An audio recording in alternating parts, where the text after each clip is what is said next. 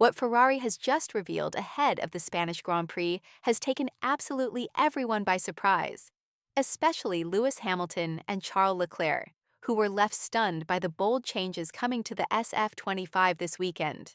And no, this isn't just another minor tweak or generic upgrade package. We're talking about a complete shift in direction, a brand new technical philosophy, and a crucial moment that could either rescue Ferrari's 2025 season or expose just how lost the team really is. For months, fans and pundits alike have been wondering what's going on inside Maranello. How can a team with two of the most talented drivers on the grid, a seven-time world champion and Ferrari's golden boy, still be stuck battling for fourth place? How can a team that came within 14 points of the Constructors' title last year already be trailing their rivals by over 170 points, just 8 races into the season? And more importantly, what is Ferrari going to do to fix it? Well, now we have the answer, and it's bigger than anyone expected. This weekend in Barcelona marks a turning point, not just because the Scuderia is introducing long-awaited upgrades to the SF25, but because the entire grid will be forced to adapt to a brand new technical directive from the FIA, TD018, that could upend the competitive order. And Ferrari? They're not just reacting to the changes, they're betting big on them. In this video, we're going to break down exactly what Ferrari has changed on Hamilton and Leclerc's cars, why these upgrades are so crucial, how the FIA's crackdown on flexi wings could reshuffle the grid, and what all of this means for Ferrari's title hopes, or what's left of them. So before we dive in, make sure to smash the like button, subscribe if you haven't already, and stay with us until the very end, because the details we're about to reveal could change the entire course of Ferrari's 2025 campaign. Let's start with the car. After a series of underwhelming performances, Ferrari is finally rolling out their first major aerodynamic update of the season, and they're doing it at the most unforgiving track possible. The Circuit de Barcelona-Catalunya is the ultimate test of car balance, tire management, and aero efficiency. There's no place to hide, and that's exactly why the team has chosen this weekend to introduce both a brand new front wing and a completely redesigned rear wing. These aren't superficial changes. They're fundamental adjustments designed to completely reshape how the SF25 behaves on track. The front wing is the headline piece, redesigned to comply with the FIA's TD018 directive. This wing is now significantly stiffer and less flexible than previous iterations. Why does that matter? Because TD018 is cracking down hard on the kind of flexi-wing technology that teams like McLaren and Red Bull have been accused of exploiting, systems that can deform at high speed to boost straight-line efficiency, then regain downforce through corners. That's gone now. From Barcelona onward, the rules are clear. Stiffer wings, stricter load limits, and no more aerodynamic trickery. Ferrari's version of this new wing is designed not only to meet the regulations, but to recapture something that's been missing all season: predictability. And alongside it comes a new flat-profile rear wing, designed to deliver greater downforce than the previous V-shaped variant. Together, these two components are meant to give both Hamilton and Leclerc a more stable, more responsive car, something they've desperately needed since round one. And here's where it gets really interesting.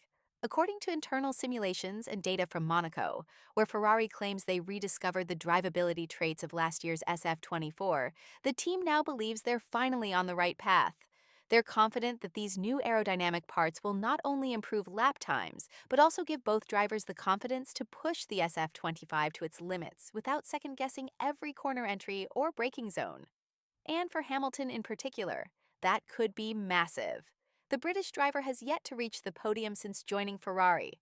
After a messy Monaco weekend filled with miscommunication, penalties, and lost pace, he knows Barcelona may be his best shot yet at redemption. But this isn't just about car upgrades, it's about timing. Because all of this is happening under the shadow of mounting pressure from above. Ferrari's top brass have reportedly lost patience with the team's inconsistency. Charles Leclerc is doing everything he can to keep the team afloat, but he can't win titles alone. And Hamilton, for all his experience, is still adapting to a new team, a new car, and a pit wall that frankly has not earned his trust yet.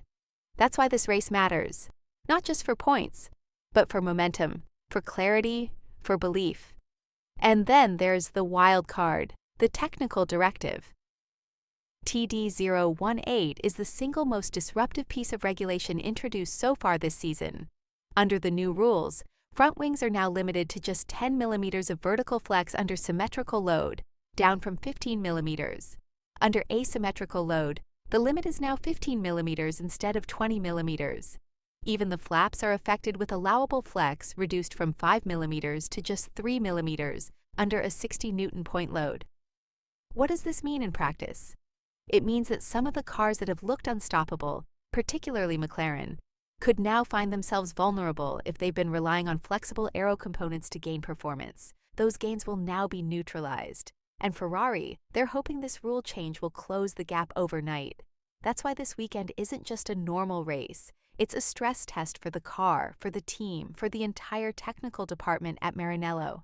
If these upgrades deliver, if TD018 reshuffles the field as expected, then Ferrari could find themselves right back in the fight with Red Bull, McLaren, and Mercedes. But if it doesn't work, if Hamilton and Leclerc are still stuck in 4th or 5th, still struggling with a car that won't behave, then the consequences will be brutal because this is the moment Ferrari said they were waiting for. No more excuses, no more promises, just results. So what does all of this tell us about where Ferrari stands and where they could be headed? In many ways, Barcelona isn't just another round on the calendar. It's a moment of truth, a benchmark, a crossroads.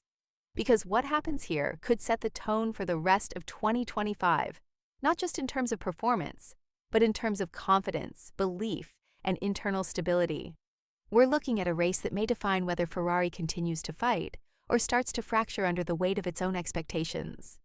For Lewis Hamilton, this Grand Prix is about more than lap times or positions on a leaderboard. It's about momentum. It's about silencing the doubts inside and outside the team that have been building with every passing weekend. He joined Ferrari to write a new legacy, and this could be the first real page of that story. But he needs the car to match his ambition. No more talk, no more promises, just execution. And for Charles Leclerc, it's about proving that he can do more than just qualify on pole or fight for podiums in isolation. It's about showing that he can lead technically, emotionally, and strategically in a team that still hasn't found its rhythm. If this weekend goes well, he may finally cement his role not just as a Ferrari favorite, but as a future world champion in waiting. But if it goes wrong, the narrative around his place in the team could shift dramatically. From an engineering perspective, the stakes are equally high. These upgrades, the new front and rear wings, the revised aerodynamic concept, the adjustments for TD018 are more than just parts. They represent months of simulation, testing, recalibration, and compromise. If they work, the entire factory back in Maranello gets a boost of belief, but if they fall flat, then the criticism won't just land on the drivers or the strategy team. It'll ripple all the way through the technical hierarchy. And let's not forget the external pressure.